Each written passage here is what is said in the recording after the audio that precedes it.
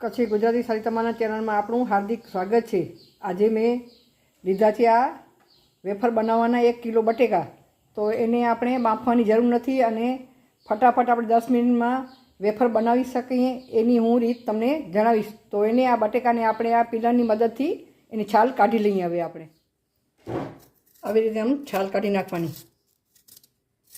આ છાલ કાઢી લીધી છે એટલે આમ તરત આપણે પાણીમાં આમ એડ કરી દેવા જેથી કાળા પડે નહીં। આવી રીતે આમ આની પણ આપણે આમ છાલ કાઢી લઈએ આવી રીતે આમ બરાબર આમ કાઢી અને તપેલામાં આપણે નાખી દઈશું। બરાબર આ તપેલામાં નાખી દીધી છે ને આમાં આપણે બરફના આ ટુકડા છે એ અંદર નાખી દઈશું।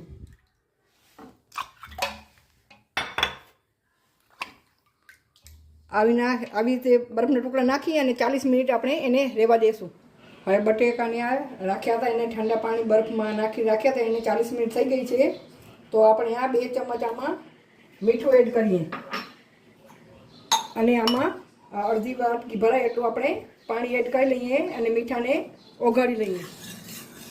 આવી રીતે મીઠાને આમ પાણીમાં આપણે ઓગાળી લઈએ બરાબર આવી રીતે। હવે આને અડધો કલાક થઈ ગયો છે તો આપણે આ એક બટેકું લઈ લઈએ અને કિચન નેપકિનથી આપણે એને કોરો કરી લેવાનો। બીજા વારી પાછા એમને એમ પાણીમાં આમ રાખી દેવાનું એક જ લેવાનું બરાબર આવી રીતે આમ સાવ એને લૂસી લેવાનું ને તેલ ગરમ કરવા મૂક્યું છે તો આપણે આની વેફર બનાવી અને તળી લઈએ।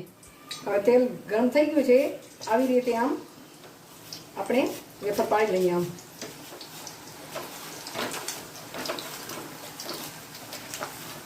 પાડીને વેફર નહીં રાખવાની આમ જ બનાવવાની બરાબર આવી રીતે આમ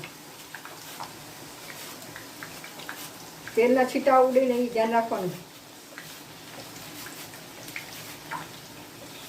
જેટલી સમય એટલી આપણે નાખી દેવાનું એક સરખી જ બનાવવાની બરાબર।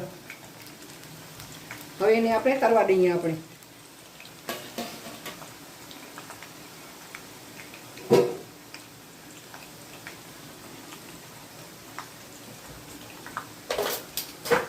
બે મિનિટ સુધી આપણે તરવા દઈશું એને। હવે 2 મિનિટ જેવું થઈ ગયું છે અને મીડિયમ તાપે જ કરવાનું, ધીમા તાપે પણ નહીં કરવાનું અને ફૂલ તાપે પણ નહીં કરવાનું, મીડિયમ તાપે જ કરવાનું। હવે આપણે આ જે મીઠા અને પાણીમાં એડ કર્યું લિક્વિડ બનાવ્યું હતું એ આપણે આમાં 2 ચમચ એડ કરી દઈએ આપણે। આના છીટા ઉડી ધ્યાન રાખવાનું બરાબર આમ બરાબર। હવે હજી એને 3 મિનિટ સુધી તરી લઈએ આપણે। હવે આપણી આ બટેકાની વેફર તળાઈ ગઈ છે બરાબર। એને આપણે આવી રીતે આમ કાઢી લઈએ આમ ઝારામાં ને તેલ એનું બધું નિતારી લઈએ આવી રીતે આમ।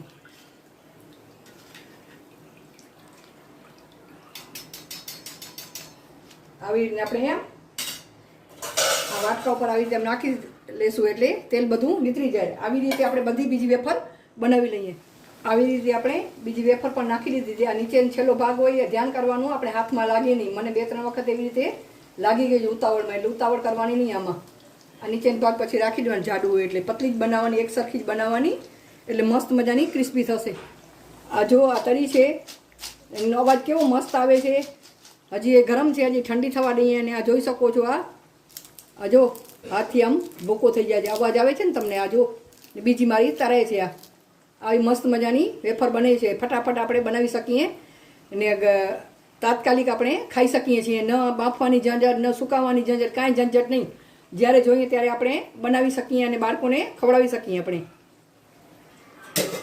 આ પણ વેફર આપણી તરાઈ ગઈ છે જોઈ શકો છો બરાબર। બીજું ગાણું આપણું આ તરાઈ ગયું છે આવી રીતે એને પણ આવી રીતે આમ આપણે કાઢી લઈએ બરાબર।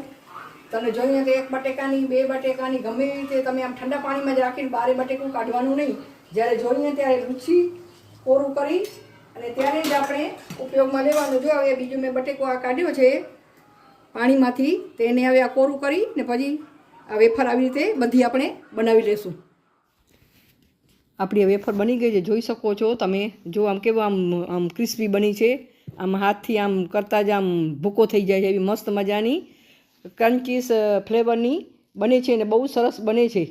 આવી રીતે આપણે ઉપર મરચું છાંટીને પણ આપણે આવી રીતે આમ 2 ડીશ બનાવી શકીએ અને નમકીન પણ બનાવી શકીએ અને ચાટ મસાલો પણ તમે અંદર નાખી શકો છો। આપણી આ 2 ડીશ તૈયાર છે વેફરની। તરત આપણે જ્યારે પણ બનાવીએ ત્યારે બનાવી શકીએ છીએ.